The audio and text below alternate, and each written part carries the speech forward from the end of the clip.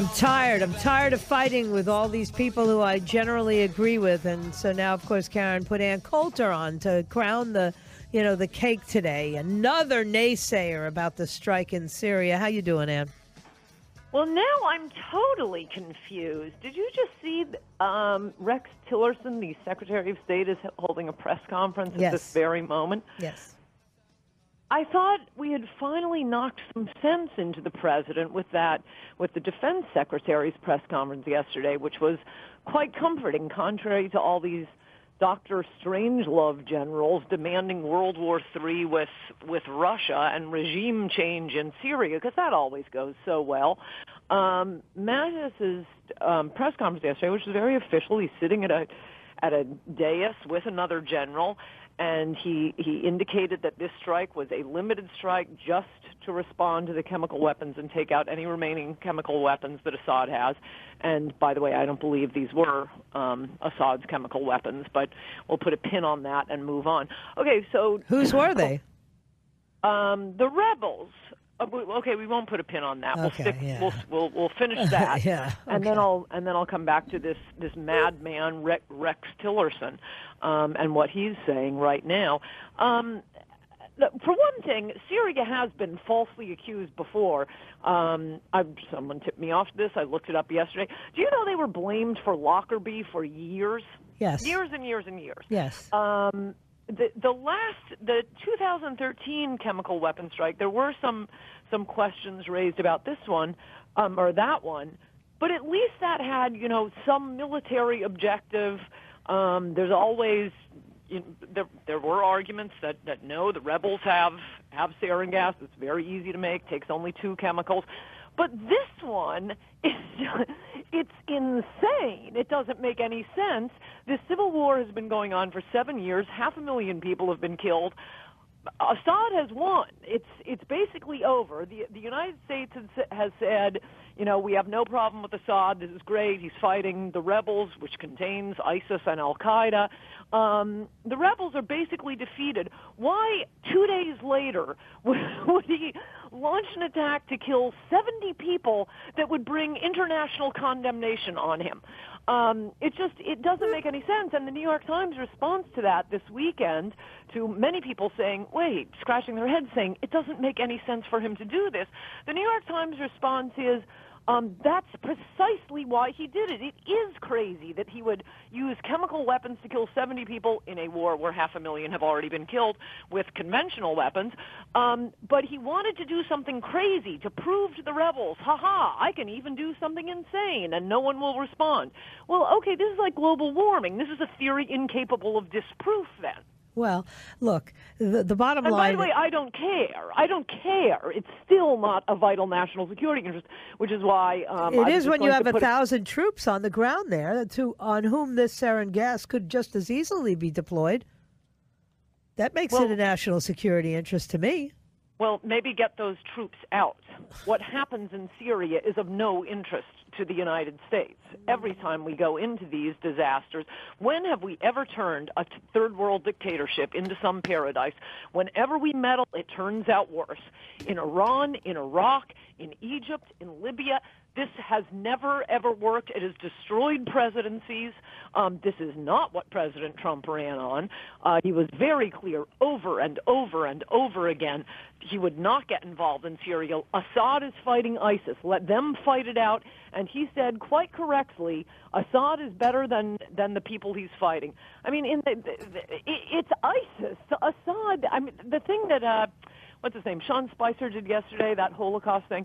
I hate these hysterias over someone stumbling over his words. It was obviously a stumble. Right. But to take the other side, oh, come on. You're comparing Assad to Hitler. Give me a break. He's a weak-chinned dentist. He's among the best in that barbaric region of the world, other than maybe Jordan and, I don't know, maybe another country. He's no Saddam Hussein. There are no rape rooms. You don't even have what we have in many of our precious allies countries, these Islamic police slapping women around and throwing gays off buildings. No, he's a secular leader. The Christians are terrified Assad will be taken out. They will be wiped out by the rebels if Assad goes. No, listen, there is absolutely an important point that was made, and that is that this is a president who, when red lines are drawn and crossed, he will react. I think, look, as I said to Pat Buchanan earlier, when Ronald Reagan fired the PATCO, the union workers, it was Mikhail Gorbachev who learned his lesson. Sometimes strong people have to show that they mean business, and what better way than to stop the genocide in Syria? And you may feel it's the rebels who had the sarin gas. I don't agree. There seems to be substantial evidence coming out of the military that it was Assad. And at some point, we have to stop being sissies. That doesn't mean we want regime change, but we're not going to let people violate every kind of international code and not respond. It makes America look weak. Look at Rex Tillerson's there today, and all of a sudden now Vladimir Putin says, okay, well, maybe I will meet with him. Well, a few things. Again, I don't care if it was Assad who used these chemical weapons. I'm tired of regime change. I'm tired of war. But this, again, is not the first time we've had a Reichstag fire for some pointless war. But in the Gulf War, famously, we were told that, Iraqi troops were rushing in and throwing always the babies. It's always the children, taking babies out of Kuwaiti hospitals and pulling them out of incubators, throwing them on the floor. Congressional testimony from an alleged nurse who witnessed this, an eyewitness herself, and then people looked at her and said, wait a second, that's not a nurse. That's the Kuwaiti ambassador's daughter. And it was. The whole thing was a hoax. It turns out that weapons of mass destruction, you and I had other reasons for wanting to fight the Iraq war, though I don't think I'd do it again, knowing that Obama would come in and give away our victory. But the weapons of mass destruction was played up not by you and me, but by people in the administration, a slam-dunk case.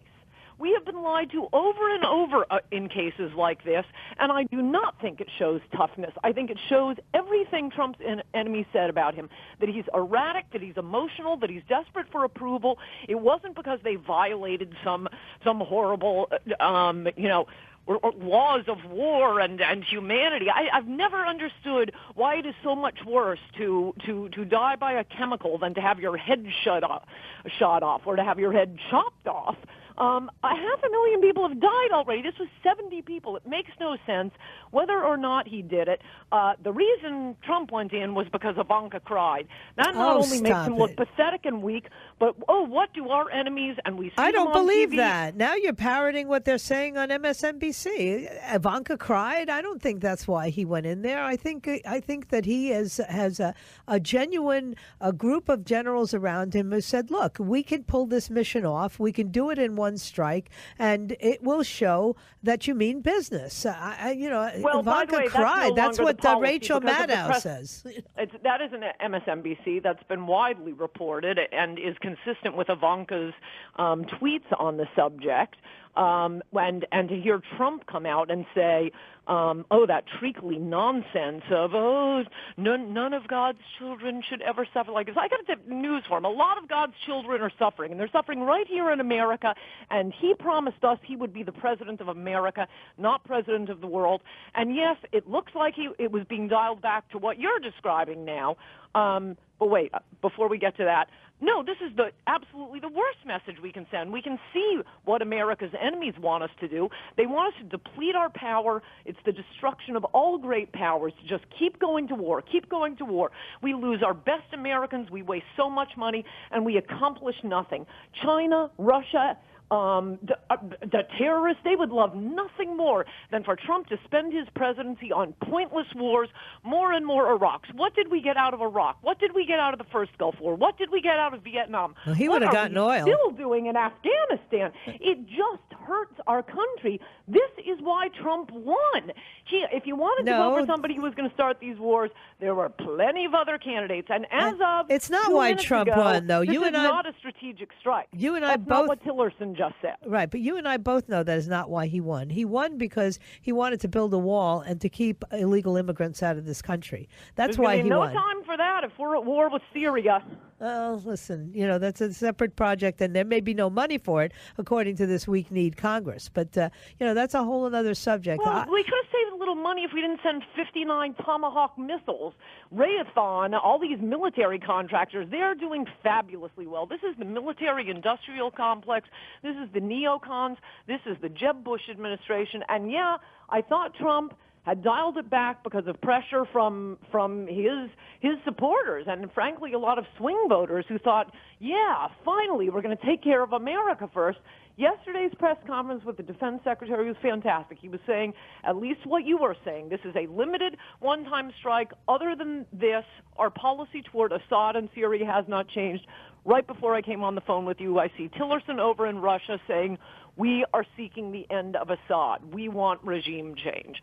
Well, and he's also saying... That's the end of the wall. That's the end of deportations. That's the end of everything we were promised, because his entire term will be eaten up with this stupid, pointless war that will leave Syria in the hands of ISIS and wipe out the Syrian Christians.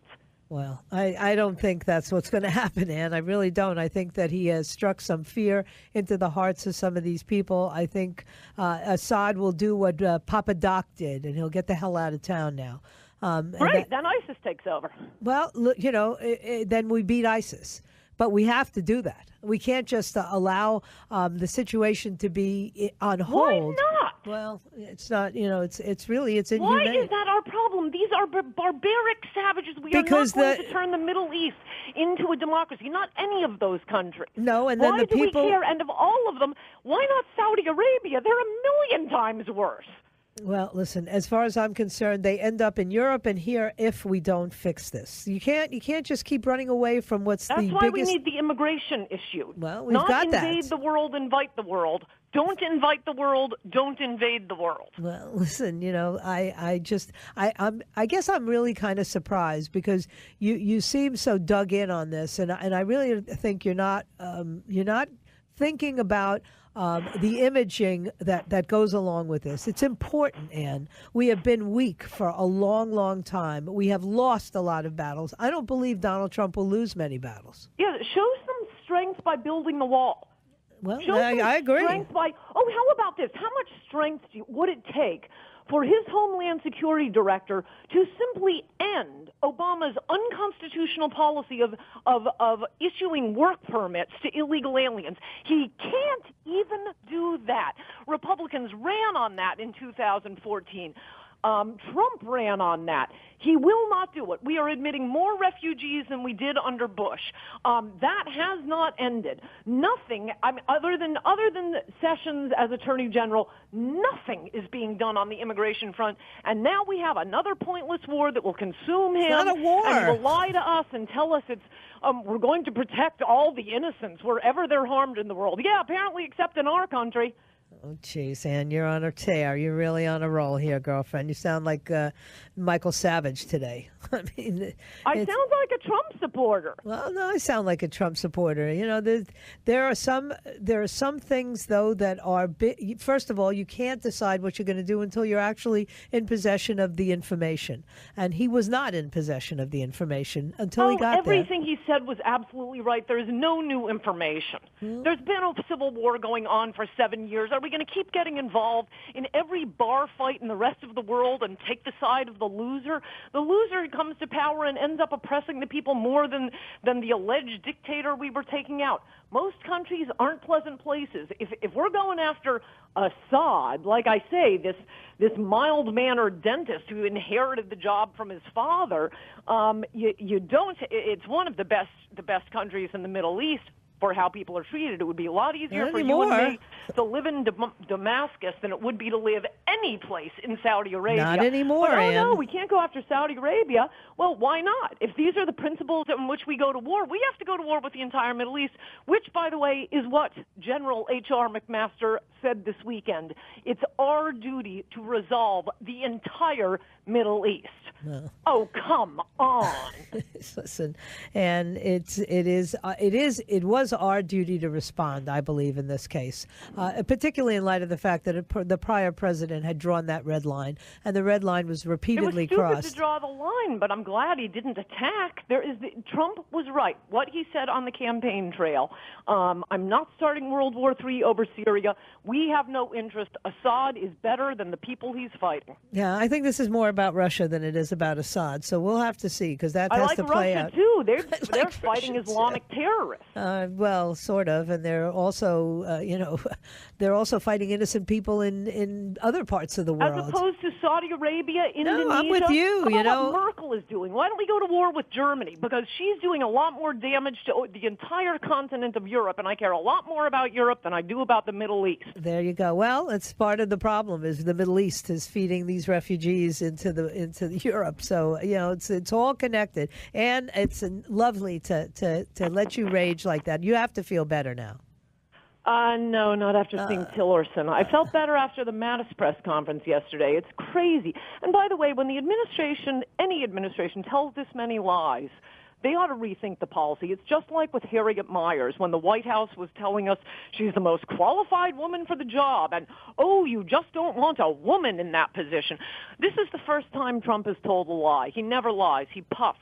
And the media run around screaming, oh, it's a lie, this tiny little exaggeration. Oh, it's the greatest golf course in the world. To claim that this was a vital national security interest is a lie. To claim that we are going to act whenever an innocent child is harmed, that is a lie. Everything they are... You hope it's a lie, you're saying. These strange Lovian generals are saying, yeah, I hope it's a lie, too. He's got to get rid of these guys. They're insane. Oh, and our von Clausewitz war strategist, Nikki Haley. Oh, listen, I'm a big admirer of Nikki Haley's. I'm not a code pink Republican. I never was. I think you've taken a position that I can't defend. Well, it's the position that Trump took on the campaign trail. Mm-hmm. You're right. It wasn't one of the areas where I was in agreement with him, though. And I was hoping that he would change his mind once he got to the White House, and he has. You can't do both. We can't.